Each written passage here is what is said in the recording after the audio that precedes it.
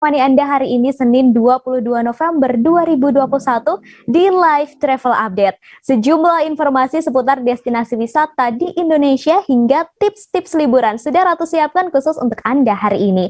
Disampaikan secara langsung Tribuners bersama reporter kami di beberapa lokasi di Indonesia. Inilah Live Travel Update selengkapnya. Bolaang Selatan merupakan daerah pemekaran yang wilayahnya masuk ke kawasan Teluk Tomini. Ada banyak hal yang menarik Tribuners di sana seperti keanekaragaman biota lautnya hingga wilayahnya yang dihuni oleh satwa endemik burung maleo. Festival Maleo dan Gebiar Budaya Bolsol 2021 resmi dibuka oleh beberapa pejabat daerah pada Jumat 19 November 2021. Festival Maleo dan Gebiar Budaya tahun ini digelar di kawasan Boulevard Pantai Sondana, Kecamatan Bolaang Uki, Bolsol, Sulawesi Utara. Ada apa saja di festival ini dan seperti apa acaranya? Langsung saja sudah ada Indra Lapa yang hendak menjelaskan. Tribuners, halo, selamat sore. Indra Lapa. Sore, rekan Ratu. Baik, Indra, bisa dijelaskan Festival Maleo yang diselenggarakan di Kabupaten Bolsol ini seperti apa eventnya? Ya, terima kasih rekan Ratu. Jadi sebelumnya Bolsel saat ini itu menjadi salah satu kabupaten yang memiliki dokumen nilai konservasi tinggi. Nah, Bolsel adalah daerah pemekaran yang wilayahnya sebagian masuk kawasan Teluk Tomini, di mana selain keanekaragaman biota lautnya juga dihuni oleh satwa endemik burung maleo. Nah, di Kabupaten Bolaang Selatan itu endemik burung maleo itu terdapat di dua tempat. Yang pertama itu di Desa Torosi, Kecamatan Pinolesian Tengah, dan kemudian di Desa Molibagu, itu di Kecamatan Bolaang Uki. Nah,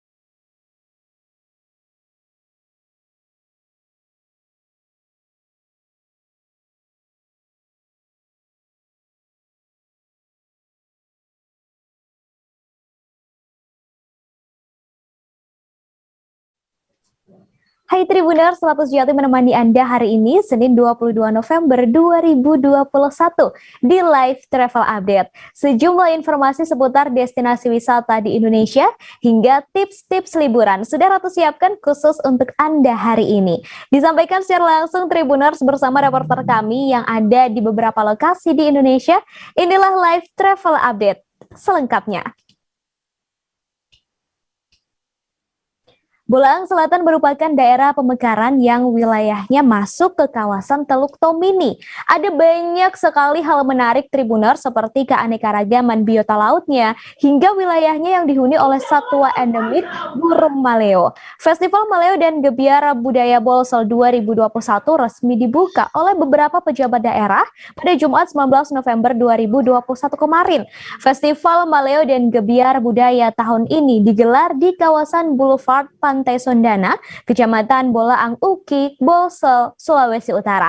Ada apa saja di festival ini dan seperti apa acaranya? Sudah ada Indra Lapa yang hendak menjelaskan. Tribuners, selamat sore Indra Lapa. ya selamat sore rekan Ratu. Baik, Indra, bisa dijelaskan Festival Maleo yang diselenggarakan di Kabupaten Bolsel ini seperti apa? Ya, terima kasih rekan Ratu. Jadi Kabupaten Bola Amongo Selatan saat ini menjadi salah satu kabupaten yang memiliki dokumen nilai konservasi tinggi. Nah, Kabupaten Bola Amongo Selatan itu adalah daerah pemekaran yang wilayahnya sebagian masuk kawasan Teluk Tomini. Nah, sebelumnya pada Jumat kemarin kegiatan Festival Maleo ini dibuka langsung oleh Gubernur Sulawesi Utara yang diwakili oleh Karo Ekonomi Provinsi Sulawesi Utara, Hani Wayong. Nah, di Kabupaten Bola Amongondo Selatan ini, festival ini itu dibuatkan stand-stand. Jadi ada beberapa stand yang disediakan untuk desa-desa, yang itu kemudian desa-desa memperlihatkan potensi-potensi yang ada di desa. Nah, kemudian juga rekan Ratu perlu diketahui di Kabupaten Bola Amongondo Selatan itu mempunyai 2 tempat endemik burung maleo. Yang pertama itu di Binerean di Desa Torosi, Kecamatan Pinosian Tengah, kemudian di Desa Molibagu, Kecamatan Bulanguki. Demikian rekan Ratu. Kemudian saya penasaran Indra, untuk kegiatan yang ada di festival tersebut ada apa saja? Ada event apa saja di sana? Iya, jadi pada festival kali ini itu berbagai macam dibuat eventnya. Yang pertama itu ada gelar budaya, kemudian ada lomba foto, kemudian juga ada kompetisi paragliding. Nah, kompetisi paragliding ini diikuti oleh 30 peserta Provinsi Sulawesi Utara yang digelar di Desa Mamalia, Kecamatan Pusigadan sana. Nah, ada juga kegiatan-kegiatan drag race yang dibuat oleh salah satu komunitas Kabupaten Bola Amongondo Selatan, komunitas mobil yang ada di sini. Nah, kemudian juga ada permainan-permainan seperti Mobile Legends, PUBG, PUBG. Nah, itu dijadikan perlombaan. Kemudian ada juga mancing dan sebagainya, rekan Ratu. Kemudian saya penasaran, Indra tadi disebutkan ada gelar budaya juga ya di sana. Boleh disebutkan ada budaya apa saja yang ditampilkan di sana? Dan saya juga penasaran untuk festival ini berlangsung selama berapa hari, Indra? Iya, jadi ini ada beberapa budaya yang misalnya di desa-desa itu diperlihatkan, semisal ada beberapa keunggulan di desa itu diperlihatkan pada festival ini. Nah, kemudian kegiatan ini berlangsung selama 3 hari, itu dari hari Jumat kemarin sampai dengan penutupannya semalam hari Minggu tanggal 21, dan itu juga bertepatan juga dengan Hari Maleo Sedunia, rekan Ratu. Kemudian Indra, apakah event ini memang digelar tahunan, begitu rutin tahunan, dan biasanya digelar di bulan apa kalau memang acara ini berlangsung rutin tahunan, Indra? Iya, rekan Ratu, jadi kegiatan ini pertama kali dibuat di Kabupaten Bola Amongondo Selatan, namun pemerintah Kabupaten Bola Amongondo Selatan, Bupati menyampaikan bahwa kegiatannya akan dilakukan per tahun. Jadi dalam hal ini Bolsel saat ini sedang giat-giatnya mempromosikan keberhasilan penangkaran burung maleo, rekan Ratu. Baik, terima kasih Indra atas informasinya hari ini dan juga informasi destinasi wisata ya yang bisa dikunjungi untuk Anda Tribuners, karena ini festivalnya akan digelar tahunan, jadi mungkin tahun depan bisa ke sana, atau mungkin untuk yang untuk yang kepengen cepat-cepat pergi ke Bolaang bisa langsung saja, karena di sana juga ada penangkaran burung maleo di sana ya. Terima kasih Indra. Selanjutnya Tribuners, kemarin Sabtu hingga Minggu 20 hingga 21 November 2021 terdapat kegiatan Maudu Ada dan juga Kemah Budaya di Dermaga 2 Ramang-Ramang, Desa Salenrang, Kecamatan Bontoa, Kabupaten Maros. Ada beragam kegiatan yang dilakukan dalam acara tersebut Tribuners, termasuk juga perlombaan permainan tradisional. Beberapa kegiatan yang dilakukan merupakan bentuk pelestarian budaya. Nah, selengkapnya sudah ada Nurul Hidayah dari Tribun Timur di sana. Halo, selamat sore, Nurul. Halo, selamat sore rekan Ratu. Baik Nurul, tadi disebutkan ada beragam kegiatan di dalam acara Maudu Ada dan juga Kemah Budaya ini. Boleh disebutkan ada kegiatan apa saja di sana? Baik Tribuners, kemarin Kementerian Pendidikan, Kebudayaan, Riset, dan Teknologi bersama Lembaga Adat dan Kebudayaan Masyarakat Desa Salenrang, Kabupaten Maros, Sulawesi Selatan, menggelar kegiatan Kemah Budaya. Nah, Kemah Budaya ini dilaksanakan di kawasan wisata Dermaga 2, Ramang-Ramang, Kabupaten Maros, Sulawesi Selatan. Nah, untuk Kemah Budaya tersebut terdapat 4 rangkaian kegiatan, diantaranya adalah yang pertama itu seminar budaya dan literasi, yang kedua lomba permainan anak, yang ketiga pentas musik, dan yang keempat adalah Maudu Ada. Kemudian siapa saja yang mengikuti kegiatan ini, Nurul? Oke, untuk pesertanya sendiri, untuk kegiatan lomba permainan tradisional ini diikuti oleh 100 anak yang terdiri dari 100 anak maksud saya tingkatan SD, SMP, dan juga maksud saya rumah belajar di Desa Salenrang tersebut. Nah, sementara untuk kegiatan Maudu Adanya sendiri diikuti oleh seluruh masyarakat yang ada di Desa Salenrang, Kabupaten Maros, Sulawesi Selatan. Kemudian apakah acara ini digelar secara rutin dan boleh diceritakan juga seperti apa jalannya acara tersebut, Nurul? Baik, Tribuners, untuk kegiatan lomba permainan tradisional ini memang sangat diikuti oleh antusiasme anak-anak, karena memang ini merupakan yang pertama. Ini adalah lomba permainan anak yang pertama. Memang ini bertujuan untuk merekonstruksi kembali permainan tradisional kepada anak-anak Desa Salenrang. Karena memang ketua panitianya sendiri mengatakan sedikit miris melihat anak-anak sekarang yang lebih akrab dengan gadgetnya dibandingkan dengan permainan tradisional. Nah, namun menurutnya ini bukan kesalahan anaknya tersebut, namun juga merupakan kesalahan orang-orang di dekatnya yang tidak memperkenalkan permainan tradisional kepada sang anak-anak tersebut. Sehingga dengan kegiatan ini diharapkan anak-anak mampu kembali mengenal permainan tradisional dan memainkannya kembali dan melestarikannya, seperti itu. Baik, terima kasih Nurul atas informasinya hari ini. Dan Tribuners, Nurul tadi juga sempat melakukan wawancara dengan Ketua Panitia Kemah Budaya Muhammad Ikhwan Dento. Berikut pertanyaan untuk Anda. Ya, jadi tema besarnya kan sebenarnya adalah Maudu dan Kemah Budaya. Ini salah satu program kemajuan kebudayaan di desa.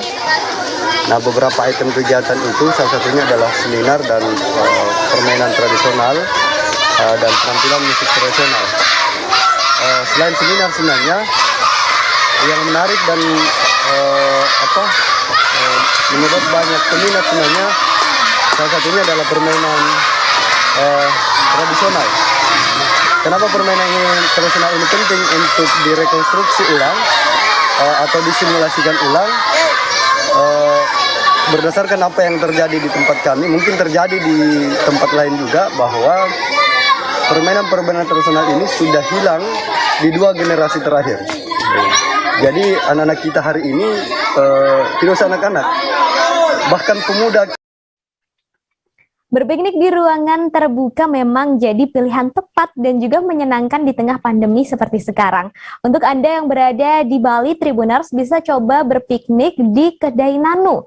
Kedai Nanu merupakan warung makan yang mengusung konsep Tropical Garden yang berada di Kabupaten Badung, Bali. Di sini Anda bisa menikmati lokal pizza dengan harga yang tentunya affordable banget, Tribuners. Supaya lebih jelas lagi, sudah ada Arini di sana. Halo, selamat sore, Arini. Halo, selamat sore rekan Ratu. Arini, boleh dijelaskan lokasi tepatnya Kedai Nanu ini sebenarnya di mana sih?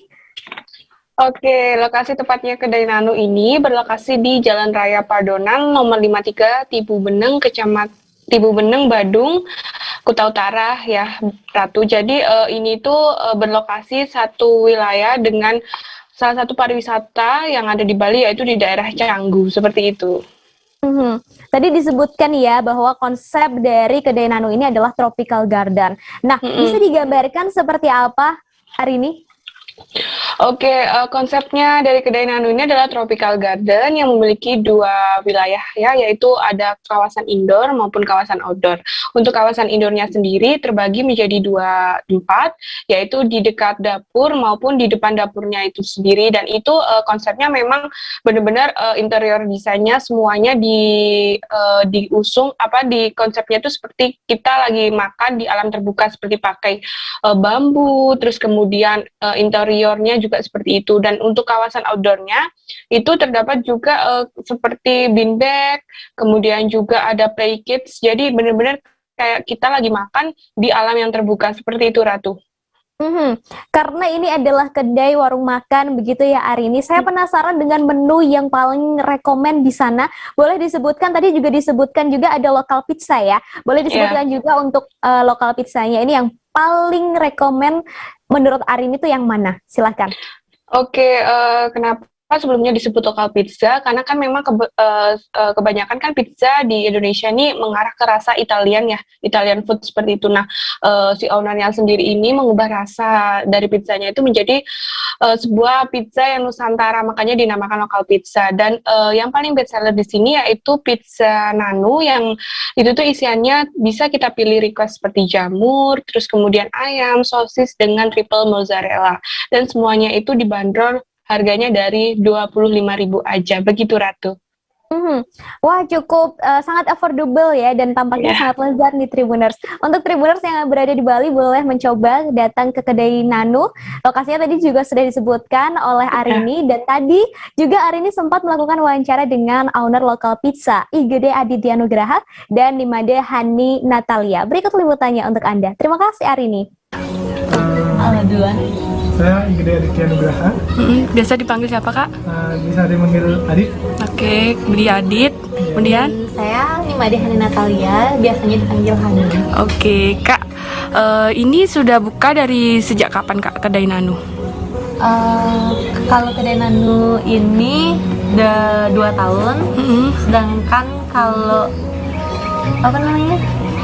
usaha sebelum itu kita punya nama lain, namanya Gubuk Kekasih, itu dari tahun 2015 kita merintis usahanya. Berarti pergantian nama dari Gubuk Kekasih ke kedai Nano sudah 2 tahun ini ya, Kak ya? Iya. Sudah berjalannya? Enggak sih. Gimana, Kak? Usaha yang kedai Nano lebih besar, itu sudah 2 tahun. Oke. Jadinya perubahan nama dari Gubuk Kekasih ke kedai Nano tahun 2017. Tribuners, Ratu akan mengajak Anda melihat destinasi wisata lain di Indonesia. Tapi kita jeda sejenak, jadi tetap bersama kami. Kalau misalnya Amerika Serikat sekarang, Rasulullah mengatakan dalam sebuah hadis bahwa berpuasa di 6 hari Syawal itu. Oke, apa kabar Bang Ariski di sini untuk strateginya? Kalau saya sendiri di Jumit 37 ini yang semalam baru mulai, Apa yang saya dirasakan udah Kak Sebenarnya aku nggak ngerasa itu penangkapan atau penggerbegan atau apapun itu, karena gini loh, posisinya aku Kriteria. Jadi kita mengenal disebut dengan stroke yang tidak berdarah dengan stroke yang berdarah. Stroke yang tidak berdarah itu biasanya ditandai dengan adanya penyumbatan. Kalau itu penyumbatan di sini mungkin pikirnya tidak ke situ kali ya, tapi kalau di Korea atau di Kamboja itu ada beberapa paper yang saya itu mas, ya dulunya tukang koran. Oh gitu ya, tukang koran. Ya saya baca itu Pak. Tuh kan pernah baca kan? Ya. Jadi kalau saya jadi pangdam itu udah bersyukur banget. Si anak ini dijadikan sebagai tersangka begitu.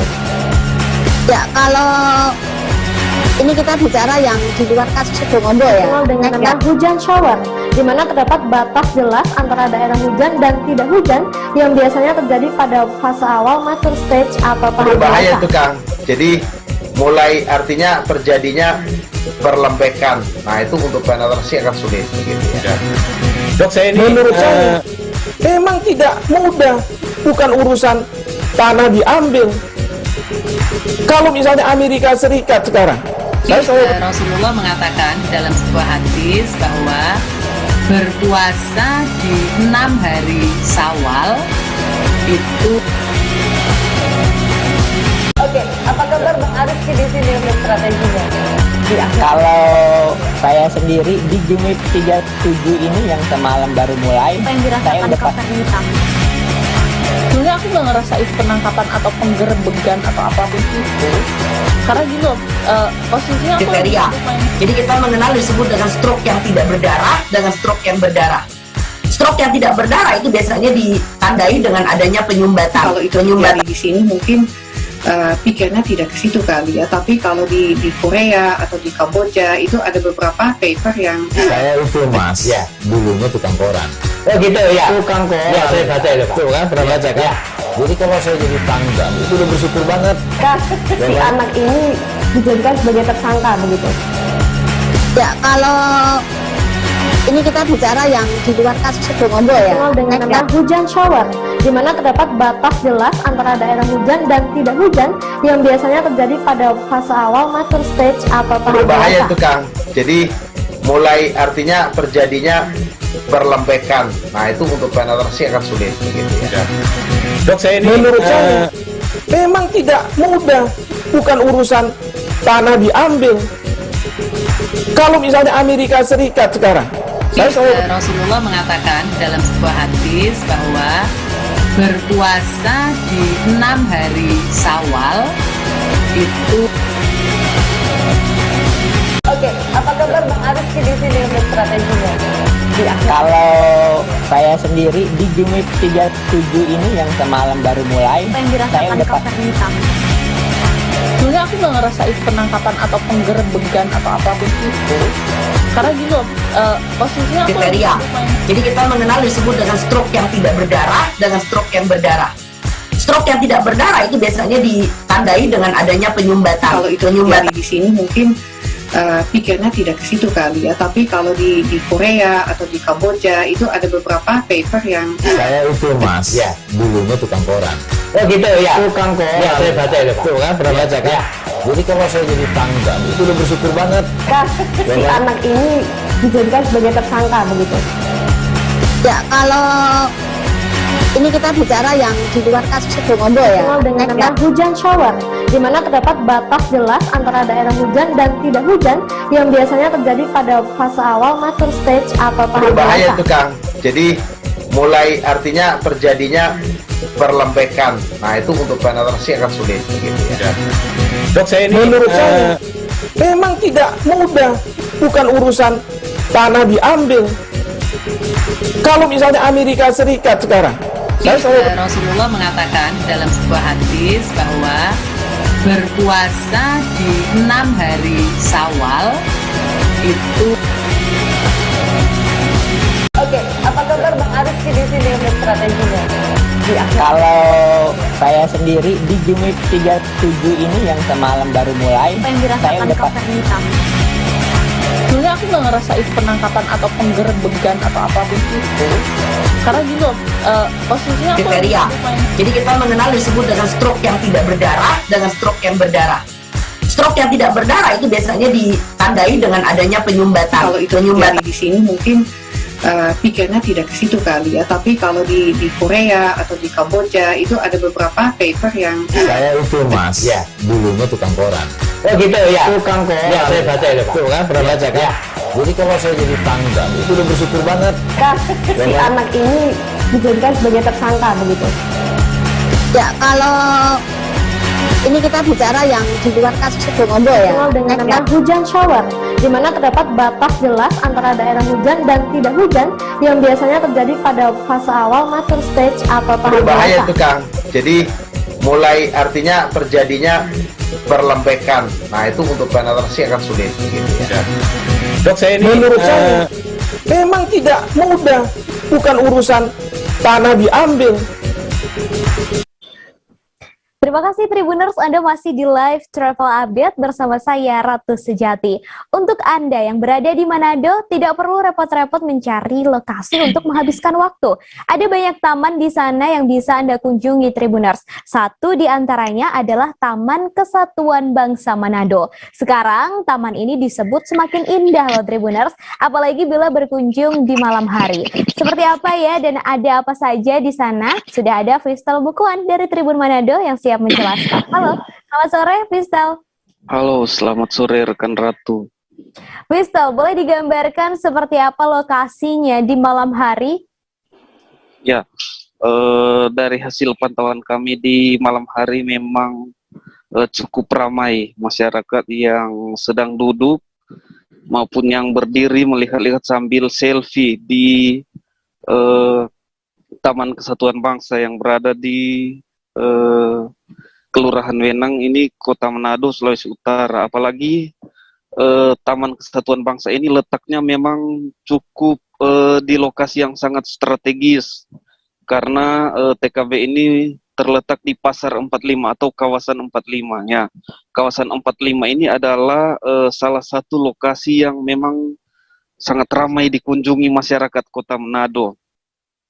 Jadi memang TKB ini selain menjadi tempat beristirahat masyarakat, menjadi tempat berselfie, tempat juga bersantai karena di situ juga banyak perkantoran-perkantoran serta banyak pedagang-pedagang kaki lima yang ingin berjualan di lokasi itu karena itu memang adalah lokasi dan ramai. Selain itu, meskipun di Kota Manado adalah daerah yang panas, tapi kalau malam hari di TKB ini adalah bisa dirasakan suasana yang dingin. Jadi tidak seperti siang hari meskipun panas, tapi malam hari dingin. Jadi cukup indah suasana di TKB jika malam hari. Demikian rekan Ratu. Kemudian Fistel, ini saya lihat Taman TKB ini ya, TKB Taman Kesatuan Bangsa ini sangat ramai begitu. Saya penasaran sebenarnya apa sih daya tarik dari taman ini? Ya, dari daya tarik yang boleh dirasakan oleh masyarakat di sini jika hadir di TKB ini, di situ ada patung yang dicat berwarna putih cukup besar. Itu adalah patung Datuk Lolong. Ya, di situ salah satu tempat berselfie oleh masyarakat. Selain itu, Dinas Lingkungan Hidup Kota Manado menata TKB ini dengan banyak tanaman-tanaman bunga, dengan berbagai-bagai bunga dengan modelnya yang berbeda-beda sehingga cukup asri kalau masyarakat mengunjungi TKB ini. Jadi di situ adalah lokasi yang berselfie masyarakat. Di situ juga ada air-air kolam, jadi cukup cukup sejuk karena ada kolam-kolam. Di situ juga ada tempat teater. Jadi bagi masyarakat yang berkunjung di situ memang cukup indah pemandangannya, apalagi di malam hari. Demikian Ratu. Kemudian ada fasilitas apa saja yang ada di Taman Kesatuan Bangsa ini, Fistel? Ya, untuk fasilitasnya di situ memang banyak tempat duduk, khusus tempat duduk, dan ada pinggiran-pinggiran kolam seperti tadi saya sampaikan. Pinggiran kolam itu menjadi salah satu tempat duduk oleh masyarakat. Di situ juga ada air terjun. Mohon maaf, maksud kami air mancur. Ada air mancur baik di sebelah kiri patung dan sebelah kanan patung. Nah, di situ juga ada, sekarang kan menjelang Natal, di Kota Manado ini adalah salah satu kota yang meriah jika menyambut Natal. Di situ sudah dipasang banyak pernak-pernik lampu Natal. Hampir setiap pohon yang ada di seputaran TKB ini dipasangi lampu Natal atau pernak-pernik. Jadi kalau malam di situ cukup terang, sebagaimana disampaikan Wakil Wali Kota Manado. Ini dilakukan bukan hanya menjelang Natal juga, tapi untuk membuat Kota Manado terang. Jadi memang cukup terang, dan di situ banyak fasilitas seperti saya sampaikan tadi, ada tempat teater, tempat belajar anak-anak di situ. Maksudnya belajar kalau mereka ingin berolahraga seperti Zumba, di situ ada tempatnya. Jadi ada air mancur, ada patung, ada tempat teater, dan tempat berolahraga bagi anak-anak yang ingin berolahraga seperti Zumba. Demikian Ratu. Baik, terima kasih Fistel atas informasinya hari ini dan juga rekomendasi lokasi wisatanya ya. Dan Tribuners, untuk Anda yang ada di Manado, Taman Kesatuan Bangsa ini bisa menjadi salah satu pilihan untuk Anda. Terima kasih Fistel. Iya, sama-sama Ratu. Setelah dari Manado, Ratu mengajak Anda ke Kebun Raya Bogor dan melihat Komplek Pemakaman Belanda. Area tersebut merupakan salah satu area bersejarah yang ada di Kebun Raya Bogor. Di komplek ini terdapat makam-makam para tokoh yang mengabdikan hidupnya untuk Kebun Raya Bogor. Untuk informasi lainnya, sudah ada Lingga Arfian dari Tribun News Bogor di sana. Selamat sore, Lingga. Ya, Ratu. Baik, Lingga, bisa digambarkan seperti apa suasana di Komplek Pemakaman Belanda yang ada di Kebun Raya Bogor ini? Silakan, Lingga. Ya, Ratu dan rekan-rekan Tribuners, kompleks pemakaman yang ada di Kebun Raya Bogor ini sudah ada sejak dulu. Yang pertama kali di Kebun Raya ini pada tahun 1817 diresmikan pembukaan Kebun Raya Bogor. Pada area pemakaman ini terdapat 42 makam dan 38 yang ada identitas dan sisanya tidak berada di identitas. Selain itu di sana juga dilengkapi dengan berbagai fasilitas tempat, namun memang keberadaannya cukup tidak terawat seperti itu, Ratu, karena lihat banyaknya lumut-lumut yang menempel pada dinding pemakaman seperti itu, Ratu. Kemudian tadi sudah disebutkan sedikit ada beberapa tokoh yang memang mengabdikan hidupnya begitu untuk Kebun Raya Bogor. Nah, boleh dijelaskan ada siapa saja yang dimakamkan di komplek makam Belanda tersebut, Lingga? Ya, Ratu, salah satu tokoh yang ada di sana adalah orang ahli biologi, kemudian ada juga Henry Schulhart dan Joseph van Help, yaitu sebagai anggota The Netherlands Commission of Natural Science yang Indonesia untuk budaya. Sedangkan makam tua itu yaitu Cornelis Potan yang pada tahun 2 Mei 1784. Selain itu juga banyak lagi tokoh caranya adalah makam Prof. Dr. AJGH von Tersman yang meninggal pada tahun 94. Itu merupakan makam terbaru yang memang dimakamkan di lokasi tersebut. Seperti itu, Ratu. Ini menarik ya, karena saya juga baru tahu bahwa ada komplek makam Belanda yang di Kebun Raya Bogor ini. Boleh dijelaskan sejarah singkatnya kenapa bisa ada makam Belanda di situ, Lingga? Ya, Ratu, komplek pemakaman ini merupakan kompleks yang dibuat sebagai untuk para tokoh yang memang mengabdikan hidupnya di Kebun Raya Bogor dan untuk penelitian di Kebun Raya Bogor. Sehingga untuk mengenang jasa-jasanya tersebut, dibuatlah komplek makam ini yang memang sebenarnya sudah ada sejak dulu sebelum dibentuknya Kebun Raya Bogor, yang kemudian dijadikan sebagai tempat peristirahatan terakhir para peneliti ataupun tokoh-tokoh memang yang memiliki andil gitu dalam adanya kebun raya dan penelitian biologi di Kebun Raya Bogor. Seperti itu, Ratu. Saya penasaran juga, ini biasanya kalau ada makam di suatu lokasi biasanya ada mitos-mitos yang berkembang begitu. Adakah mitos yang berkembang di sekitar lokasi makam itu, Lingga? Ya, Ratu, dari informasi yang kami himpun bahwa ada beberapa mitos yang ada di lokasi Kebun Raya Bogor. Di antaranya adalah seperti adanya noni-noni Belanda di sebuah ayunan yang memang saat ini ayunannya sendiri terbengkalai, tidak terurus. Seperti itu biasanya itu pernah dilihat oleh seorang pengunjung dan penjaga keamanan di sekitar Kebun Raya Bogor. Selain itu juga pengunjung juga sempat mendengar suasana-suasana atau suara-suara yang aneh gitu dari tempat tersebut. Namun yang perlu diperhatikan adalah dari tempat itu harus adanya meminta izin gitu ataupun memberi salam ketika berada di lokasi tersebut agar memang menjaga mereka-mereka yang ada di sekitar tersebut. Selain itu juga agar pengunjung tidak melakukan hal-hal yang melanggar norma etika.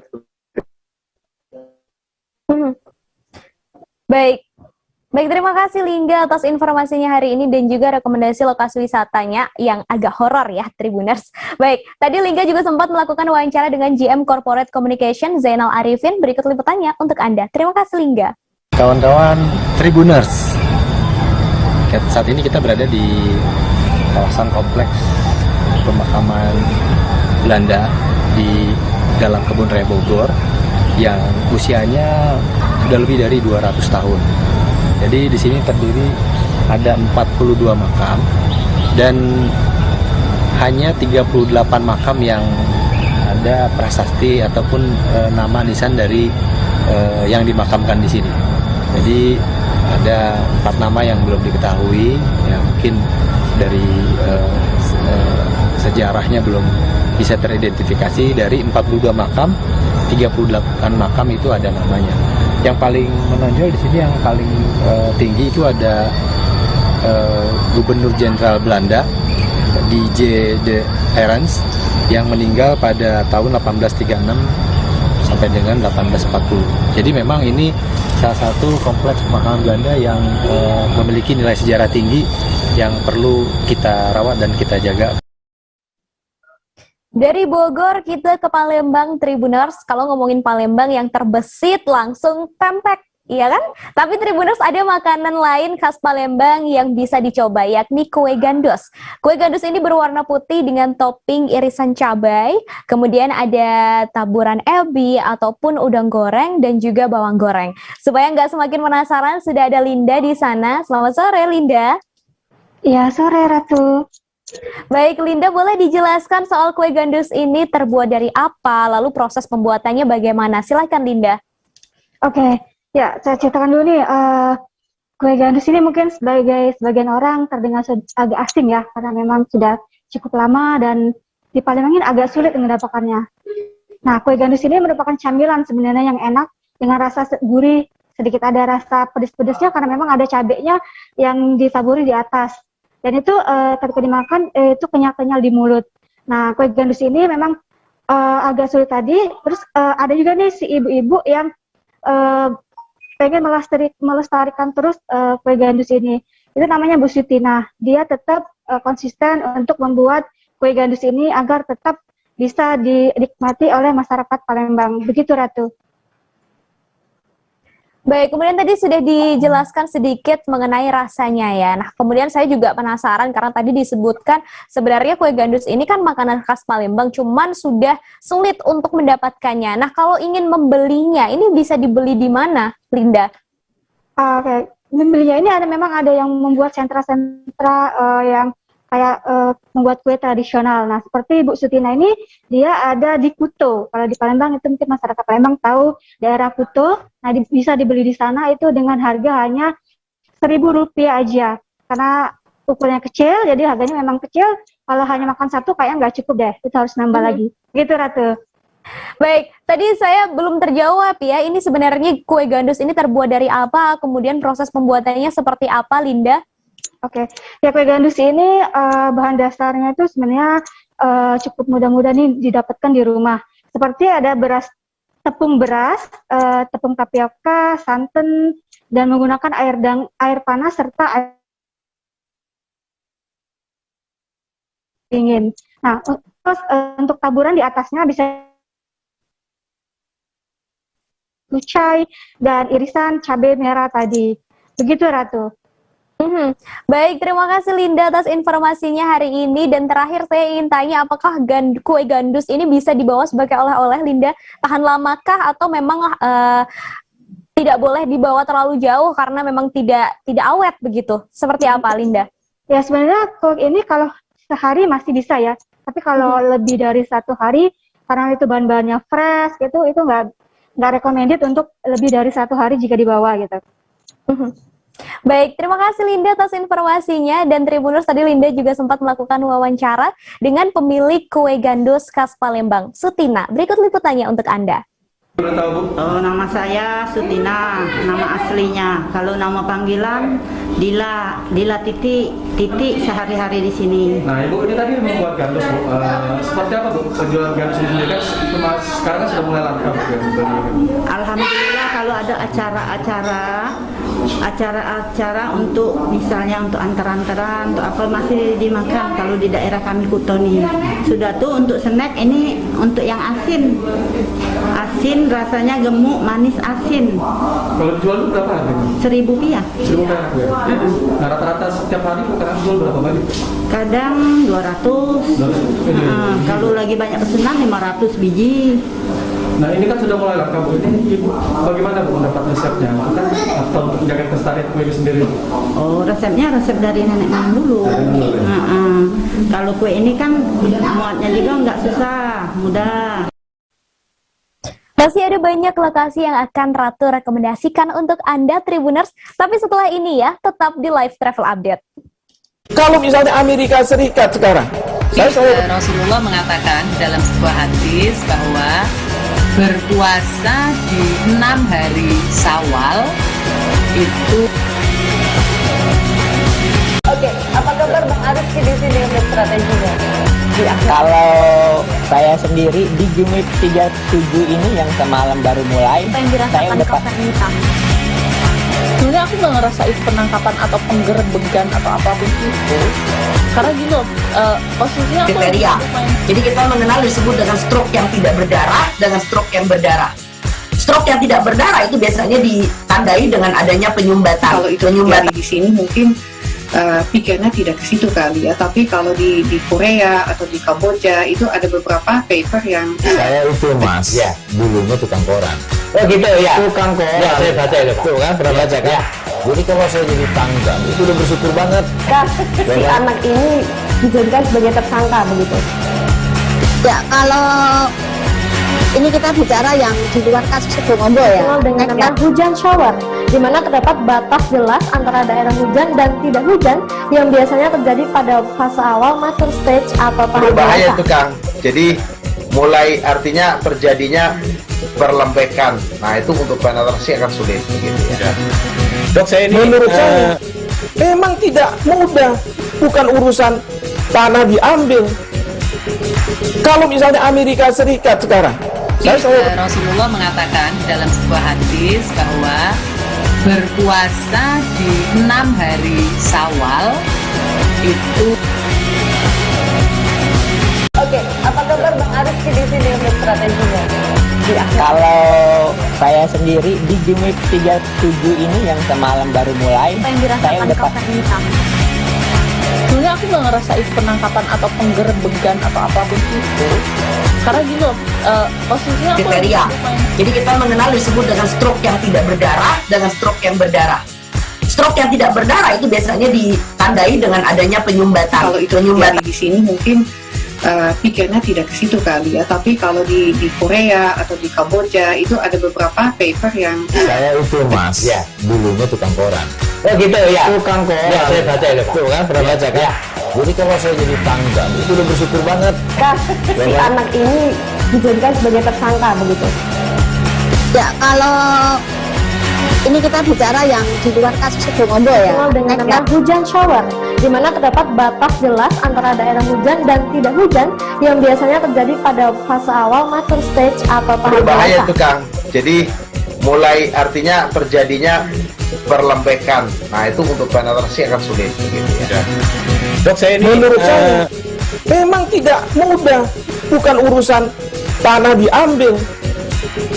Kalau misalnya Amerika Serikat sekarang, Rasulullah mengatakan dalam sebuah hadis bahwa berpuasa di 6 hari Syawal itu. Oke, apa kabar Bang Ariski di sini untuk strateginya? Kalau saya sendiri di Jumip 37 ini yang semalam baru mulai, saya udah sebenarnya aku nggak ngerasain penangkapan atau penggerebegan atau apapun itu, karena gini loh, posisinya aku kriteria. Jadi kita mengenal disebut dengan stroke yang tidak berdarah dengan stroke yang berdarah. Stroke yang tidak berdarah itu biasanya ditandai dengan adanya penyumbatan. Kalau itu terjadi di sini mungkin pikirnya tidak ke situ kali ya, tapi kalau di Korea atau di Kamboja itu ada beberapa paper yang saya itu mas, ya dulunya tukang koran.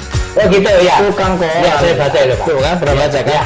Jadi kalau saya jadi tangga itu udah bersyukur banget. Si anak ini dijadikan sebagai tersangka begitu. Ya kalau ini kita bicara yang di luar kasus Situbondo ya. Dengan nama hujan shower, di mana terdapat batas jelas antara daerah hujan dan tidak hujan yang biasanya terjadi pada fase awal mature stage atau tahap berbahaya dewasa. itu Kang. Jadi mulai artinya terjadinya perlembekan. Nah itu untuk penetrasi akan sulit gitu ya. Dok, saya ini menurut saya memang tidak mudah, bukan urusan tanah diambil. Kalau misalnya Amerika Serikat sekarang, Rasulullah mengatakan dalam sebuah hadis bahwa berpuasa di 6 hari Syawal itu. Oke, apa kabar Bang Ariski di sini untuk strateginya? Kalau saya sendiri di Jumip 37 ini yang semalam baru mulai, saya udah sebenarnya aku nggak ngerasain penangkapan atau penggerebegan atau apapun itu, karena gini loh, posisinya aku kriteria. Jadi kita mengenal disebut dengan stroke yang tidak berdarah dengan stroke yang berdarah. Stroke yang tidak berdarah itu biasanya ditandai dengan adanya penyumbatan. Kalau itu terjadi di sini mungkin pikirnya tidak ke situ kali ya, tapi kalau di Korea atau di Kamboja itu ada beberapa paper yang saya itu mas, ya dulunya tukang koran.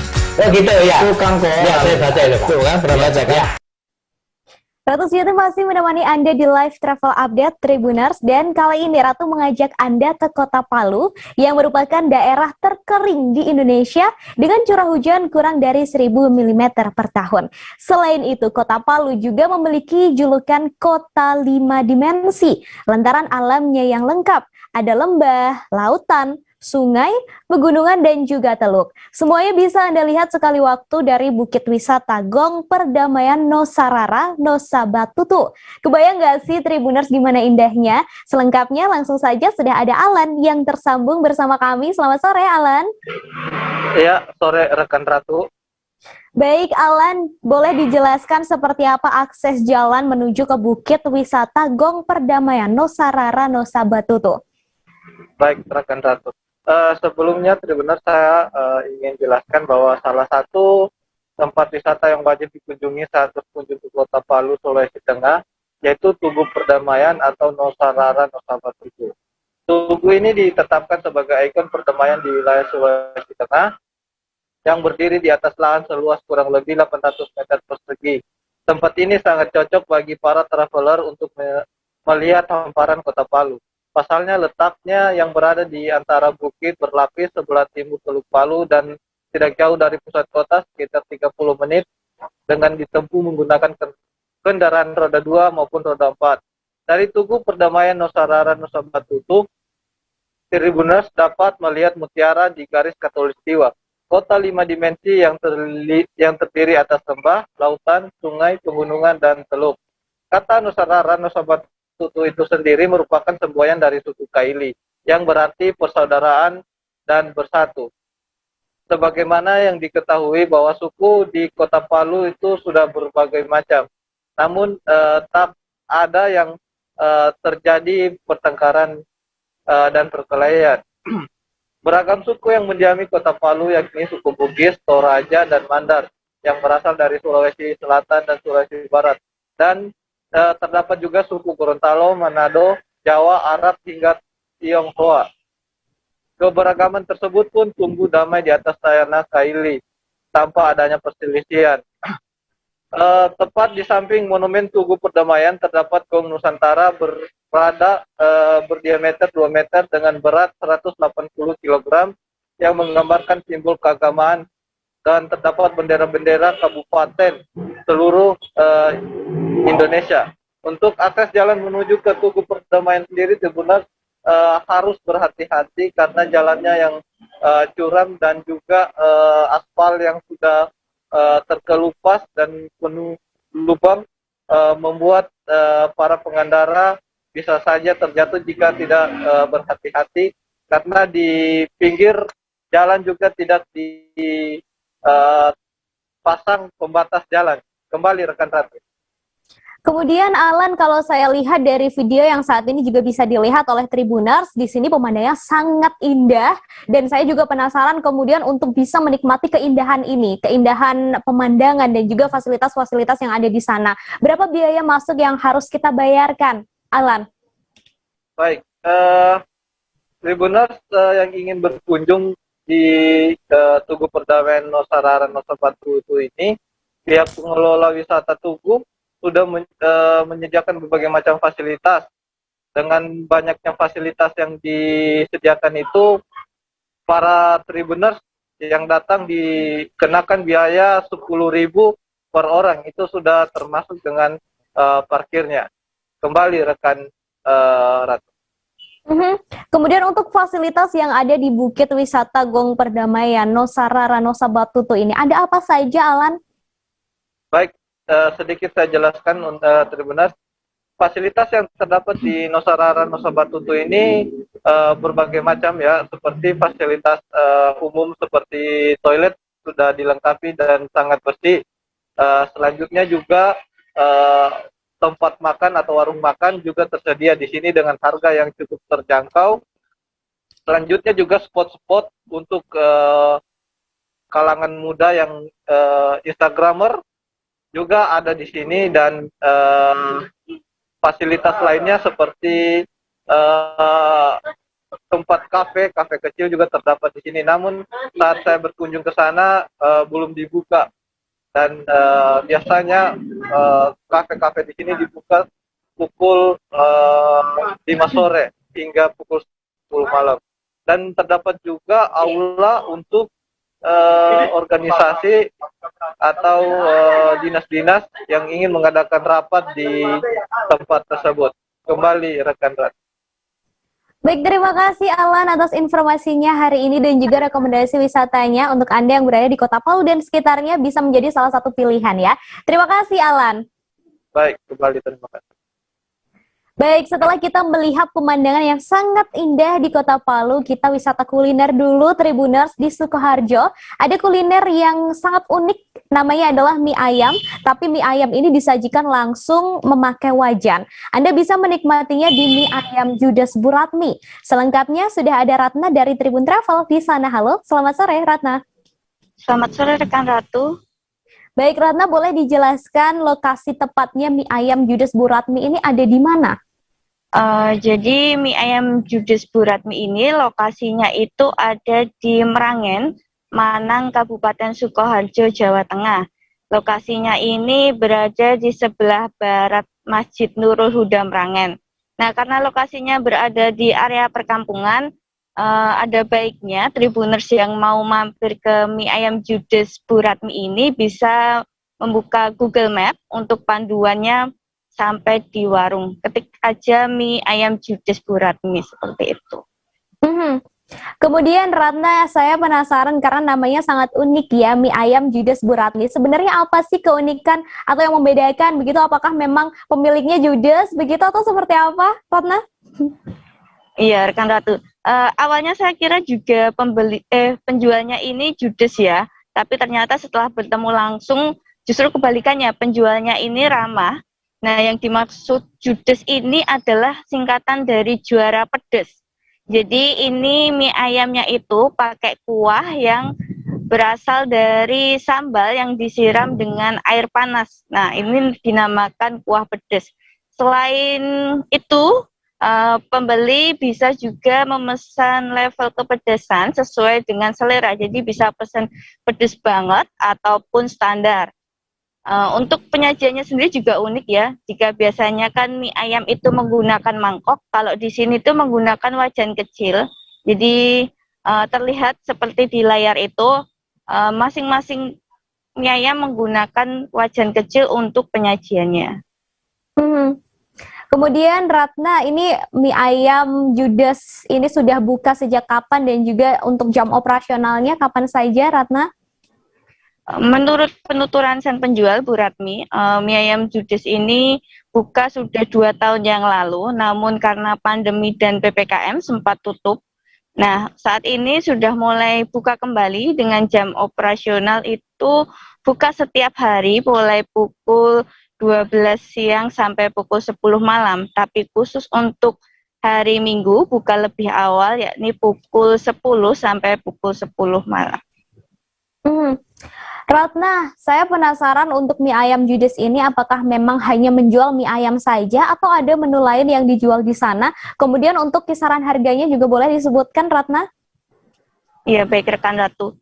Jadi untuk menunya di sini tuh spesialis mie ayam ya.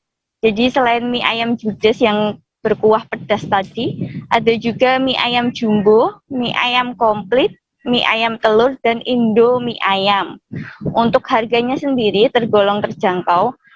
Untuk seporsi mie ayam Judesnya itu harganya Rp9.000 sudah mendapatkan topping 1 ceker, separuh telur, dan pangsit. Untuk mie ayam jumbo itu harganya Rp11.000, sedangkan untuk mie ayam komplit dengan isian topping bakso itu harganya Rp12.000 dan mie ayam telur itu Rp10.000. Selain mie ayam, ada beberapa camilan pendamping yang bisa dipilih mulai dari kerupuk, terus peyek, aneka gorengan seperti itu. Terima kasih Ratna atas silakan Ratna. Lupa. Ada tambahan? Maaf rekan Ratu. Jadi khusus untuk hari Jumat ada promo untuk mie ayam biasa yang harganya 7.000 itu harganya cuma 4.000 saja. Dan untuk menu lainnya itu ada diskon 1.000 untuk hari Jumat. Khusus hari Jumat ya? Ya. Ya, baik, terima kasih Ratna atas informasinya. Dan Tribuners, untuk Anda yang berada di Sukoharjo dan sekitarnya, bisa mampir ke mie ayam Juda Seburatmi. Ini bisa mampir juga di hari Jumat karena ada diskon spesial ya. Terima kasih Ratna atas informasinya. Masih wisata kuliner Tribuners, tapi kali ini di Pontianak, pos kopi Tepi Aek yang menawarkan suasana di tepian Sungai Pawan. Ada beragam kopi yang bisa Anda nikmati di sana, serta pemandangan matahari terbenam yang akan menambah nikmat kopi Anda. Seperti apa lokasinya? Ada Nur Imam di sana. Selamat sore, Nur Imam. Sore, rekan Ratu. Baik, Imam, apa yang menjadi menu andalan di pos kopi ini? Ya, oke, rekan Ratu. Jadi pos kopi TPAE ini yang menjadi, tentu banyak sekali menu yang disajikan. Namun ada beberapa menu andalan, yaitu kopi hitamnya dan kopi susu. Kenapa jadi menu andalan? Karena kopi yang digunakan oleh pos kopi ini adalah kopi lokal asli dari Kabupaten Ketapang. Begitu, Ratu. Saya lihat lokasinya ini cukup menarik ya, Imam ya. Ada di tepi sungai begitu. Kemudian kalau boleh tahu, untuk orang-orang atau pengunjung yang biasa datang ke pos kopi ini biasanya dari kalangan usia berapa? Ya, jadi untuk pengunjungnya sendiri ke pos kopi ini berbagai kalangan. Dari pelajar yang selesai sekolah mereka bisa nongkrong, dari mahasiswa yang mengerjakan tugas, bahkan pekerja yang mengerjakan pekerjaannya di sini, dan dari kalangan keluarga karena mereka bisa menikmati sore hari di pinggiran Sungai Pawan ini. Begitu, Ratu. Selain kopi, apa sih yang menjadi daya tarik untuk pengunjung yang datang ke pos kopi ini, Imam? Nah, tentu karena namanya pos kopi TPAE yang artinya itu bahasa Melayu, yang artinya adalah pos kopi pinggir air, yang maksudnya adalah pinggir air yang Sungai Pawan ini. Jadi daya tarik yang ditawarkan selain kopi, yakni suasana Sungai Pawan yang menjadi ikon Kabupaten Ketapang. Selain itu ada juga pengunjung bisa menikmati matahari terbenam juga di sini pada sore hari. Dan pada malam harinya ini pengunjung juga disuguhkan hiburan oleh home band di sini, yaitu live musik ketika malam hari. Begitu, Ratu. Baik, terima kasih Imam atas informasinya hari ini. Untuk Anda Tribuners bisa mampir-mampir ya ke pos kopi, karena tadi juga sempat ada videonya sedikit, mataharinya hampir terbenam, sangat indah. Anda bisa coba ke sini. Terima kasih Imam. Terima kasih, Ratu. Nah, itu tadi Tribuners sejumlah destinasi wisata yang bisa Anda datangi nanti di akhir pekan. Semoga bisa menginspirasi ya, tapi tetap harus diingat untuk menjaga protokol kesehatan dan tentunya aturan PPKM yang berlaku. Saya Ratu Jati dan segenap kru yang bertugas pamit undur diri. Selamat sore dan sampai ketemu di live travel update selanjutnya. Dah.